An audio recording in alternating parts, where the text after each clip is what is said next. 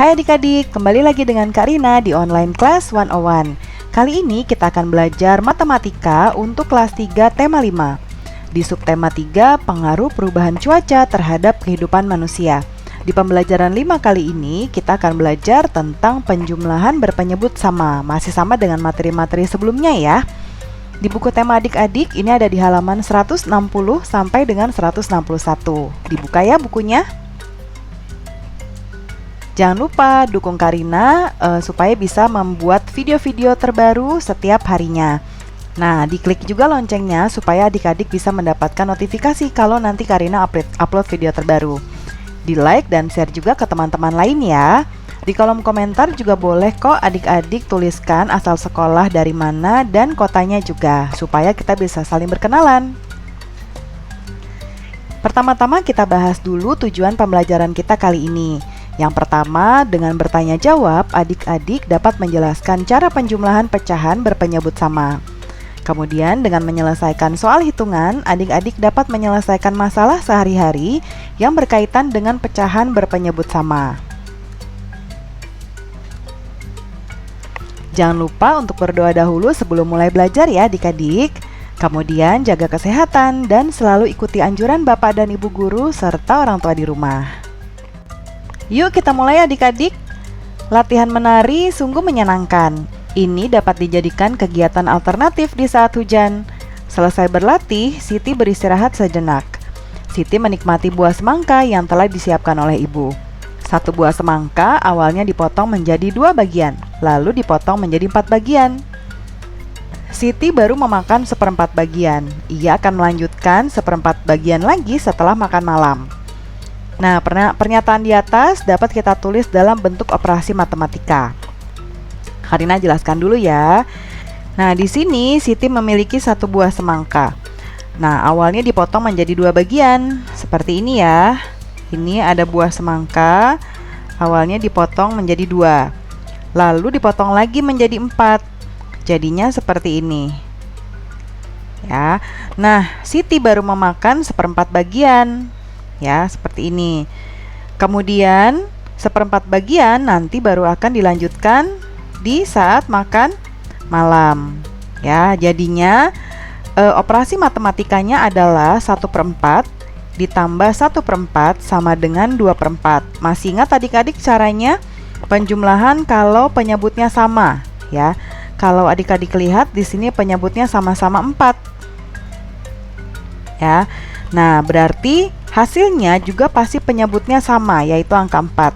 Kemudian kita tinggal menjumlahkan saja pembilangnya atau yang ada di atas pecahan, yaitu 1 ditambah 1 sama dengan 2.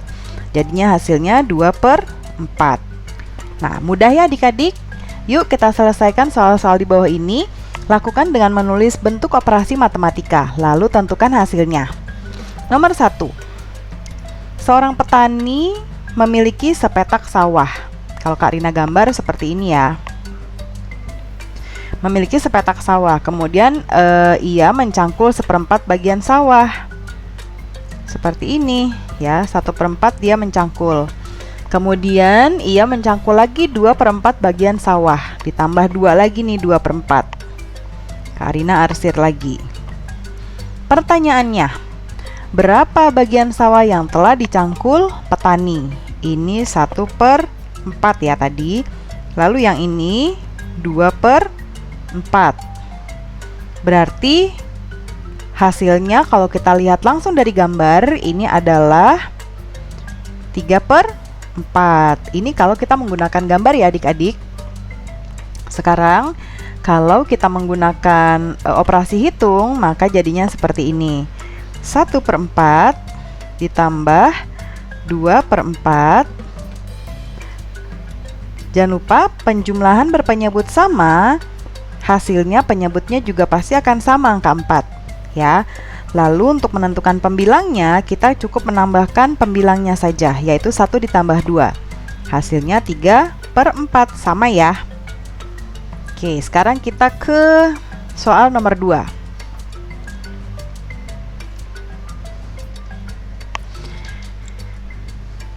Benny memiliki pohon rambutan yang sedang berbuah.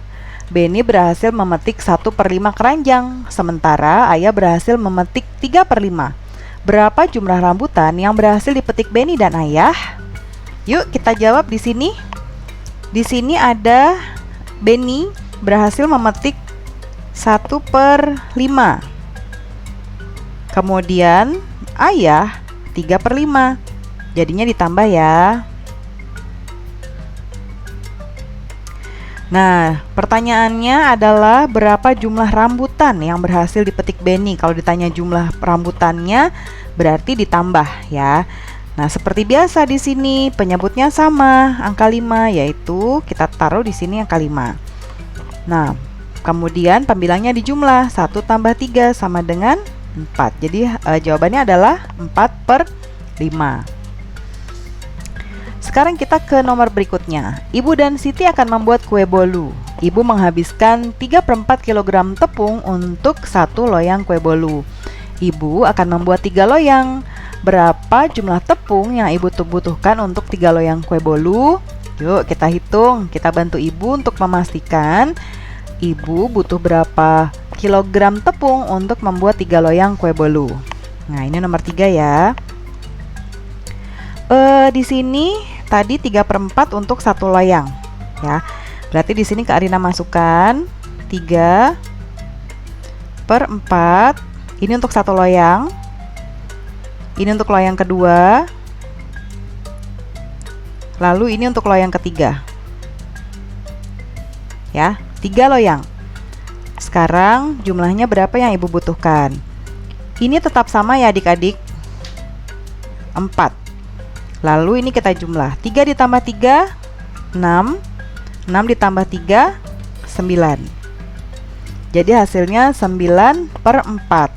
Nah adik-adik, ini kalau adik-adik lihat penyebutnya dan pembilangnya, ini 9/4. 9 itu lebih besar dari angka 4. Ini bisa kita sederhanakan. Nah, ini Karina kasih bocoran nih adik-adik, cara menyederhanakan pecahan ya. Ini mudah sekali. Nanti adik-adik begitu dapat pelajaran menyederhanakan pecahan udah langsung bisa. Caranya gampang banget adik-adik. Nih ya, 9/4 dikurangin 4/4. Nah, jadi adik-adik 4/4 itu sama dengan 1. Ya, kita pengen tahu nih berapa kilogram ya tepungnya. Nah, ini kita kurangin ya. Kalau pengurangan juga sama ya adik-adik. Ini tetap sama penyebutnya. Ini juga tinggal kita kurangin seperti biasa. 9 kurang 4 sama dengan 5 ya. Nah, ini sudah jadi 1 kg tepung. Tapi ini masih lebih besar pembilangnya dari penyebutnya. Kita sederhanain lagi. Kita kurangin lagi sama 4/4. Oke, ini tetap 4. Kemudian ini kita kurangin, 5 dikurang 4 sama dengan 1. Nah, kemudian jadinya berapa kilo sih yang dibutuhkan oleh ibu adik-adik? Jadi jawabannya gini, ini 1 kilogram, ini 1 kilogram.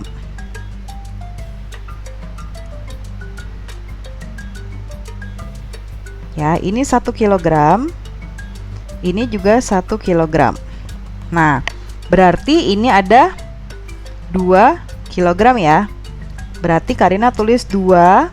Lalu ada sisanya tadi di sini, yaitu 1/4. Jadinya 2, 1/4 kilogram. Ini yang dibutuhkan ibu.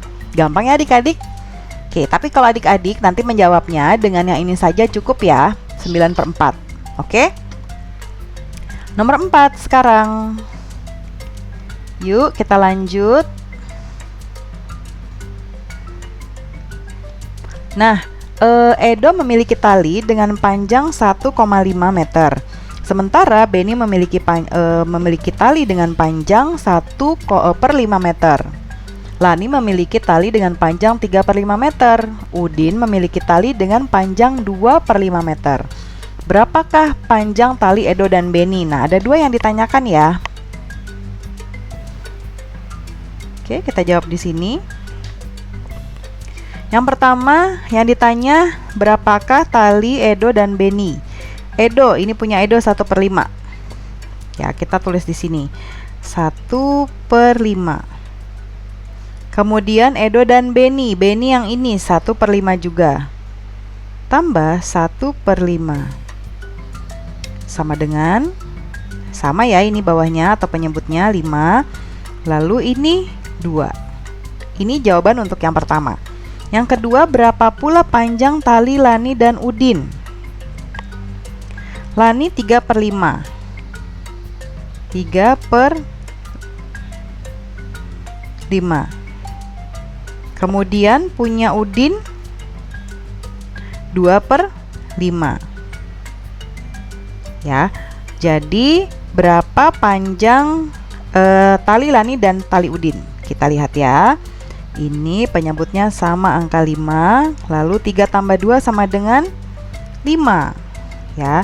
Sekarang kita mau tahu nih panjangan tali siapa yang paling panjang atau yang lebih panjang. Kita lihat ya.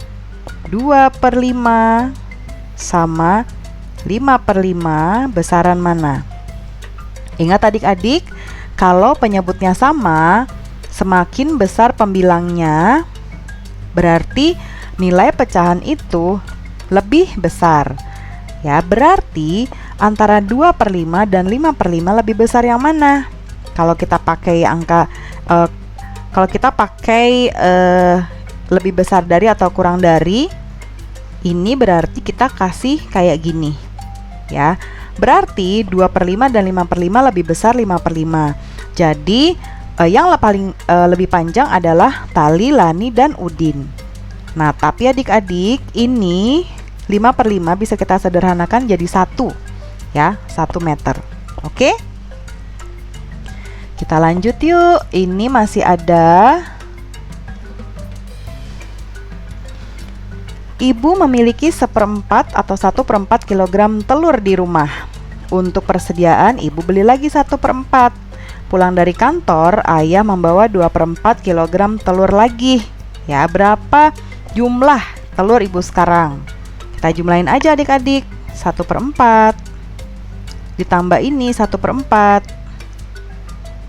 ditambah 1/4 tambah 2/4. Ini sama ya penyebutnya, per 4. Lalu 1 tambah 1 sama dengan 2, 2 tambah 2 sama dengan 4. Jadinya 4/4 kilogram atau 4/4 itu sama dengan 1. Jadinya 1 kilogram. Mudah ya adik-adik belajar sama Karina? Itu dia adik-adik pembelajaran kita untuk kali ini.